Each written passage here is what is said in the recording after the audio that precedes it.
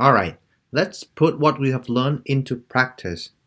So the question is, let's find dot products between a and b, vector a and b, given that the magnitude of a is 3 and the magnitude of b is 4.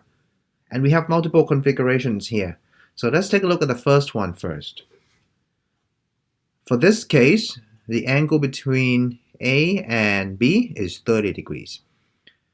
A dot product between b and a is going to be a magnitude of b multiplied by magnitude of a multiplied by cosine of angle. B is 4, a is 3, and angle is 30 degrees. So we are going to have 12 multiplied by square root 3 over 2, and that is 6 multiplied by square root of 3. Next one, we are having 4 again and 3 again from B and A, but now cosine is 90, and we know that cosine of 90 is 0, and therefore everything is now 0.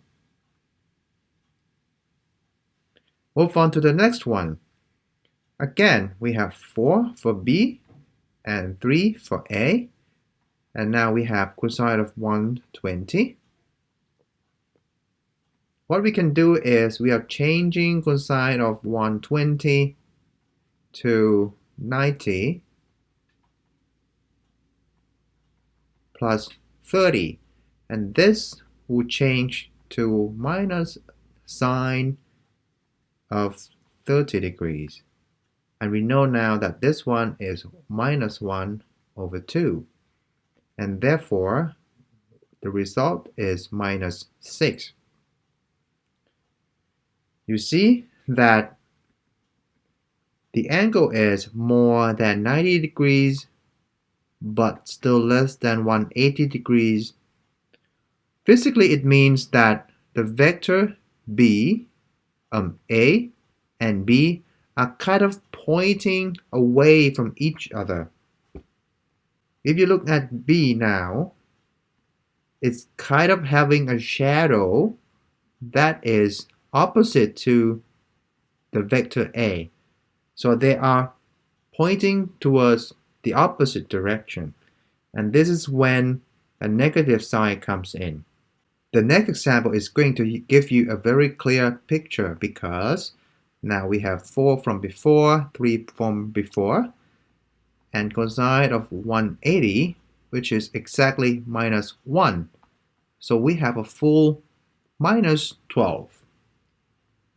Now you can see that they are in the opposite direction with respect to each other. So when you have a product of two vectors that are kind of pointing into the opposite direction from one another, from each other, then the dot product is going to be a negative value. These last two configurations seem very tricky because the angle is more than 180 degrees, right? But let's see if we can still use a formula. So we are going to have 4 for B and 3 for A, and then the cosine is the angle between A and B, but it's given us here, 210. If it's 210, what is this angle? This is going to be 360 minus 210, and that is 150. So we know that is 150, so this one must be 30 degrees, right? Alright, we know that. So what we can do here is we have cosine of 210, and 210 is going to equal to 180 degrees plus 30 degrees. And now I can use trigonometry formula to change this one to minus cosine 30 degrees. And this one is minus square root 3 over 2. So this is supposed to be 12 minus square root 3 over 2 minus 6 square root 3. Let's check if it's reasonable or not. So if the problem set doesn't give us 210, it will have to give us 150. So in that case, we are going to have to compute cosine of 150 instead.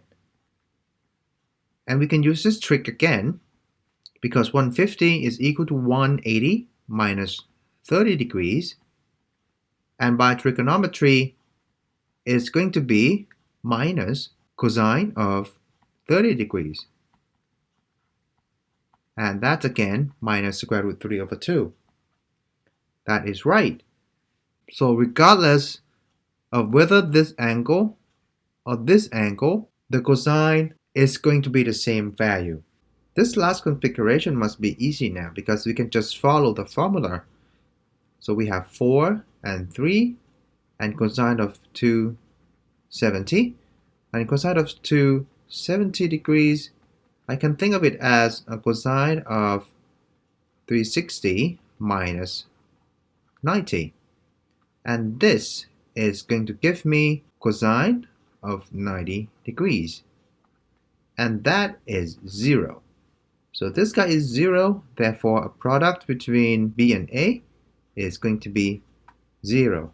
And again, so now you see that it doesn't matter what side of the angles the problem gives you, if you follow through the formula, you would get the same value. To enforce your learning, write, comment, or share what you have learned today and hashtag PhysicsLitUp. And subscribe to Physics Lit Up for the next video.